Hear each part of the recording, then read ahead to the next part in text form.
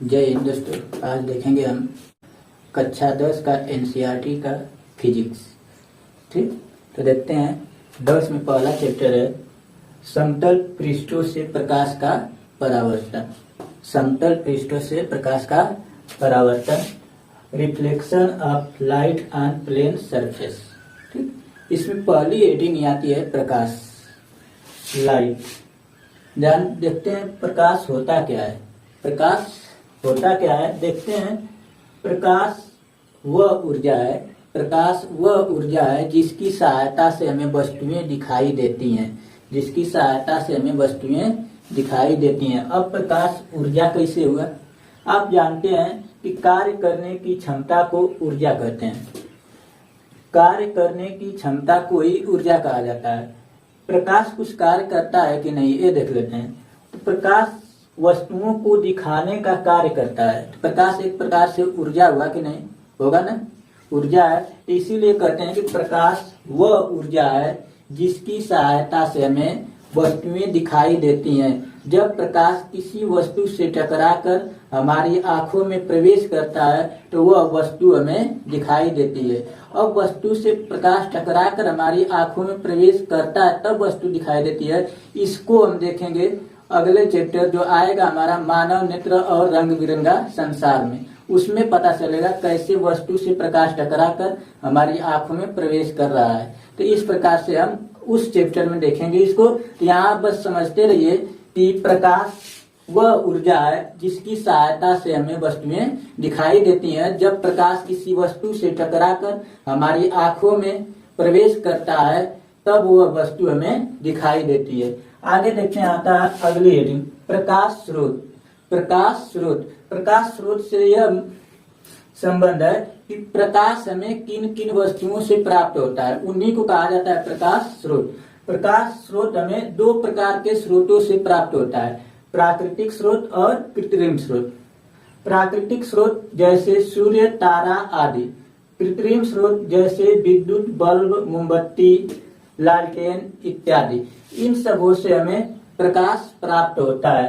तो प्रकाश स्रोत हमें प्राकृतिक स्रोतों जैसे सूर्य, तारा आदि, कृत्रिम स्रोतों जैसे विद्युत बल्ब, मोमबत्ती, लालटेन आदि से प्राप्त होता है। आगे चलते हैं, देखते हैं प्रकाश स्रोत दो प्रकार के होते हैं। प्रकाश स्रोत दो प्रकार के होते हैं, दीप्त प्रकाश स्रोत और अदीप्त प्रकाश स्रोत। दीप्त प्रकाश स्रोत किसे कहते हैं देख लेते हैं।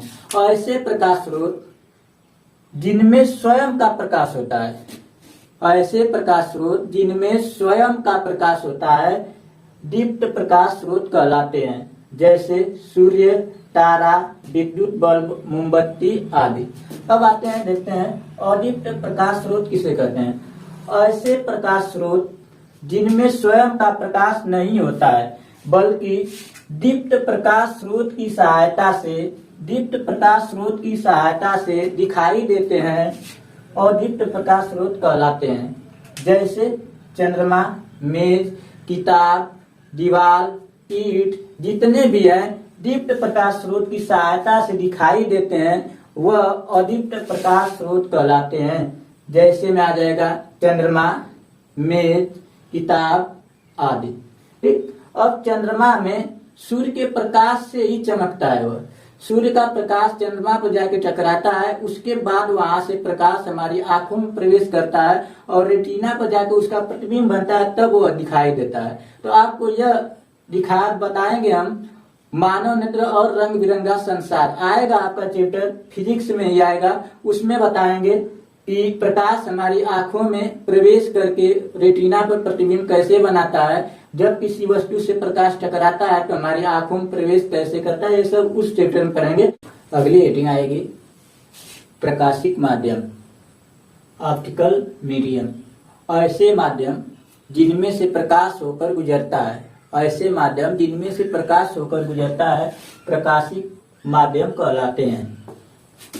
ऐसे माध्यम जिनमें से प्रकाश होकर गुजरता है प्रकाशिक माध्यम कहलाते हैं। प्रकाशिक माध्यम तीन प्रकार के होते हैं, पारदर्शक माध्यम, पारभाषक माध्यम, अपारदर्शक माध्यम। ऐसे माध्यम जिनमें से प्रकाश का अधिकांश भाग गुजर जाए पारदर्शक माध्यम कहलाते हैं, जैसे वायु, कांच आदि। आप सोच कर देखिए, इसमें से प्रकाश का अधिकांश भाग गुजर जाता है। कांच ले लीजिए, कांच में से देखिए प्रकाश का अधिकांश भाग गुजर जाता है। वायु, हमारे चारों तरफ वायु है, वायु में से प्रकाश का अधिकांश भाग गुजर जाता है, इसलिए वायु और कांच को पारदर्शक माध्यम कहते हैं। तो पारदर्शक माध्यम समझ में आ गया होगा आप लोग को। ऐसे माध्यम जिनमें से प्रकाश का अधिकांश भाग गुजर जाता है पारदर्शक माध्यम कहलाते हैं, जैसे वायु, कांच आदि। आगे देखते हैं पारभाषक माध्यम। ऐसे माध्यम जिनमें से प्रकाश का आंशिक भाग ही गुजरे, आंशिक मतलब होता है कम, कम मात्रा में गुजरे। ऐसे माध्यम जिनमें से प्रकाश का आंशिक भाग ही गुजरे उसे कहा जाता है पारभाषक माध्यम। पारभाषक माध्यम जैसे तेल लगा हुआ कागज, घिसा हुआ कांच, गंदा जल। तेल लगा हुआ कागज पारभाषक माध्यम है, इसमें प्रकाश आंशिक रूप से गुजरता है, कम मात्रा में गुजरता है। घिसा हुआ कांच भी पारभाषक माध्यम है, इसमें से प्रकाश का कम मात्रा गुजरता है। आगे देखते हैं पारदर्शक, अपारदर्शक माध्यम। ऐसे माध्यम जिनमें से प्रकाश बिल्कुल नहीं गुजरता है अपारदर्शक माध्यम कहलाते हैं। ऐसे माध्यम जिनमें से प्रकाश बिल्कुल नहीं गुजरता है अपारदर्शक माध्यम कहलाते हैं, जैसे लकड़ी, लोहा, ईंट इत्यादि। आप देख लीजिएगा, लकड़ी में से प्रकाश नहीं गुजरता है, लोहा में से प्रकाश नहीं गुजरता है, ये कैसे माध्यम हुए?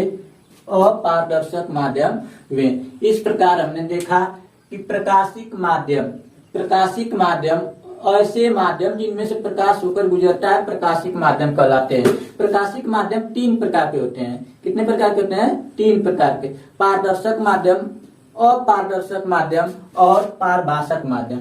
इन तीनों प्रकार के बारे में आपको बढ़िया समझा दिए हैं, आप इसको नोट कर लीजिए। अगली हेडिंग है प्रकाश किरण, लाइट रे। जब प्रकाश किसी पारदर्शी माध्यम में सरल रेखा में गमन करता है तो प्रकाश के पथ को ही प्रकाश किरण कहते हैं। प्रकाश किरण, जब प्रकाश किसी पारदर्शी माध्यम में सरल रेखा में गमन करता है तो प्रकाश के पथ को यानी कि रास्ता को ही प्रकाश किरण कहते हैं। जैसे वायु एक पारदर्शी माध्यम है, आप जानते हैं वायु एक पारदर्शी माध्यम है प्रकाश के लिए, जिसमें से प्रकाश गुजर जाता है। अब वायु में देखते हैं प्रकाश जा रहा है, प्रकाश किरण यह जा रही है, प्रकाश किरण जिस रास्ते पे जा रही है इसी रास्ता को ही प्रकाश किरण कहते हैं। समझ में आ गया? इसी रास्ता को ही प्रकाश किरण कहते हैं। अगली हेडिंग आती है प्रकाश किरण पुंज।